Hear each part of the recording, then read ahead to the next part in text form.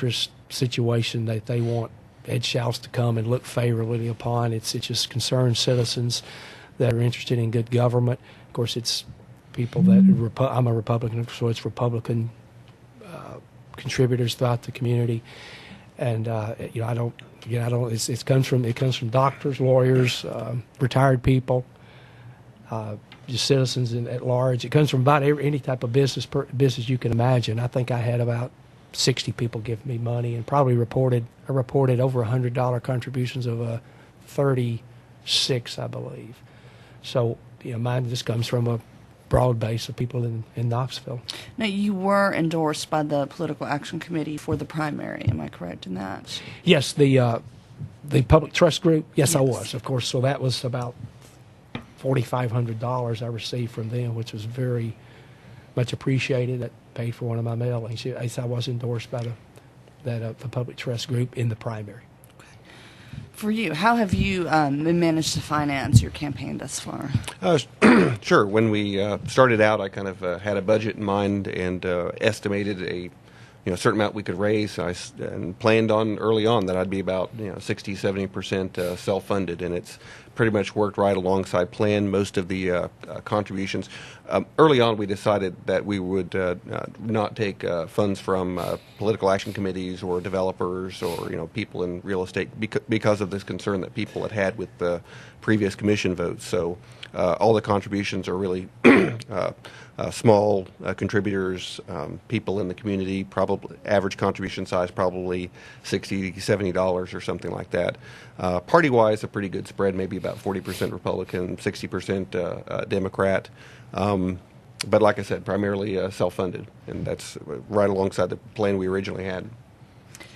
Now, Mr. Drevik, you were talking about sort of being perhaps outside the box with some of your ideas as far as regulating county commission, or I don't know if regulating is the correct way to quote you, but you were talking about basically being a reform candidate. How do you do that? How do you come in with an idea for change and be somewhat different, perhaps, and still get the cooperation of enough commissioners to actually get anything done? It's a matter of selling the idea, both selling the idea publicly. I mean, these people do respond to public pressure. They have to get reelected, and as we saw in the primary, finances don't necessarily matter all that much. You can, if you're on the wrong side of an issue, you can get soundly defeated. So it's really a matter of selling the issue and being really out there in the public, getting the public buy-in and getting that momentum out there with the rank and file people. And they will, and when the commissioners recognize that they will vote accordingly, they'll recognize that this is the train to jump on.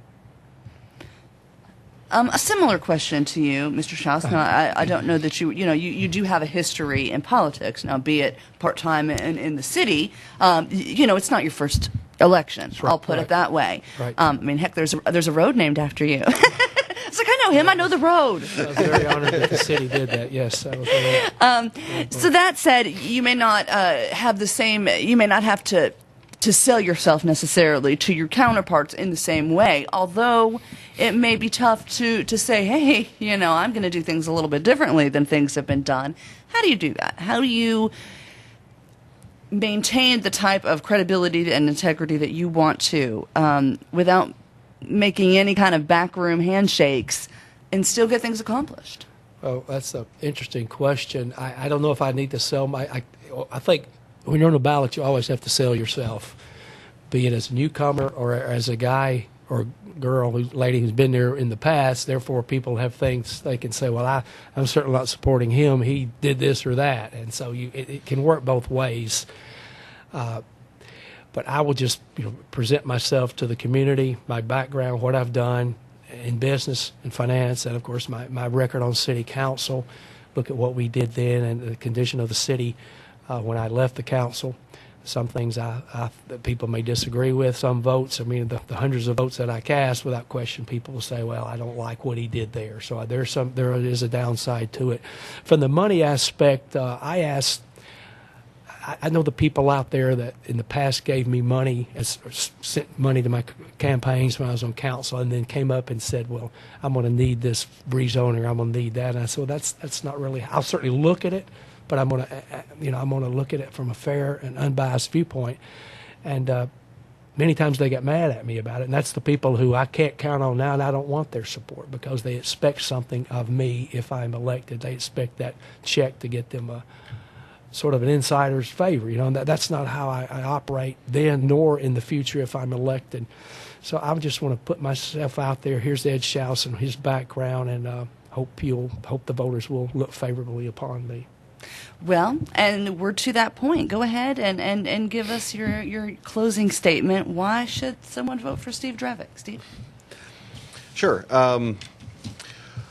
Well, this is a really important election. There's a momentum that started with the primary in response to Black Wednesday, and that type of reaction is not going to last forever. This election will put in the people that's really going to decide what county commission is going to look like 2 years from now, 6 years from now. How transparent will it be? Will they continue to follow Open Meetings Act, or will it go back to a more closed system? What type of candidates will we have? How will they deal with conflicts of interest and nepotism? This is the election that's really going to decide that. So we really need commissioners that are going to push for the serious and meaningful reforms, investigate what needs to be investigated, and make the changes that have to be made, no matter how painful it may be to themselves or to someone they know. I'm not attached to any faction. As I said, we've taken care in our fundraising efforts to make sure that I can be the candidate that walks in there without any obligations to anyone, any expectations from any faction, and I think that's a good position to be in to lead the reforms that are going to be necessary to restore the confidence in County Commission to the voters. Mr. Shouse? I'll try not to repeat myself. I just hope people look at my background in business and finance, my background in part-time government service with the city of Knoxville, the positive things that we did. We see what's going on there the last couple of years. We've been through it this morning, but it borders on chaos when you look at our county government right now. It's got to be a better way to run our local county government. I can't get up there and fix all the problems if I'm elected, but I assure the people I'll do my best to bring back honesty, integrity, and stability to county government. And I assure them that my role as a commissioner will be one of transparency. I'll be involved in the community. If they have meetings, picnics, hearings, or whatever, I'll be there if at all possible. And would greatly appreciate the chance to offer my services again to the citizens of West Knoxville and Knox County. Thank you.